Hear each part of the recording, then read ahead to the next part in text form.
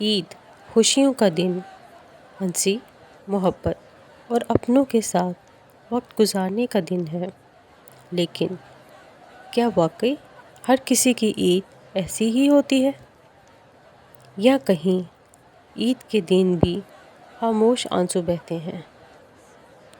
شہر کی روشن گلیاں، ہر طرف چمکتی ہوئی لائٹس، بچوں کے چہروں پر خوشی، ہاتھوں میں مہندی، نئے کپڑے، امی میری عید کہاں ہے؟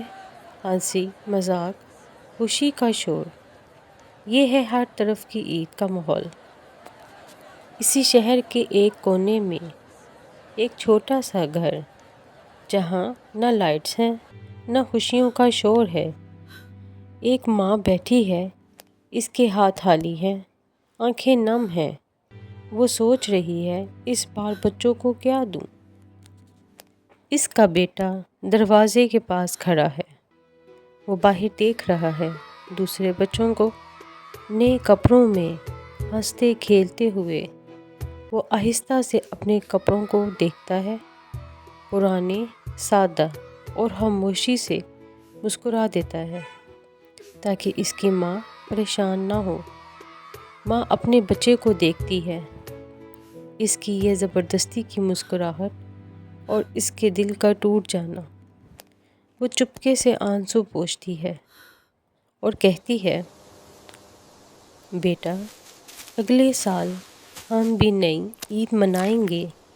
لیکن وہ جانتی ہے یہ وعدہ بھی پچھلے سال جیسا ہے۔ ایک طرف قہقہے ہیں اور دوسری طرف خاموشی۔ ایک طرف تحفے ہیں اور دوسری طرف حسرتیں۔ ایک طرف عید ہے اور دوسری طرف حقیقت۔ اگر اللہ نے ہم کو خوشی دی ہے تو اسے صرف اپنے تک محدود نہ رکھیں۔ سوچئے، آپ ایک چھوٹی سی مدد کسی کی پوری زندگی بدل سکتی ہے۔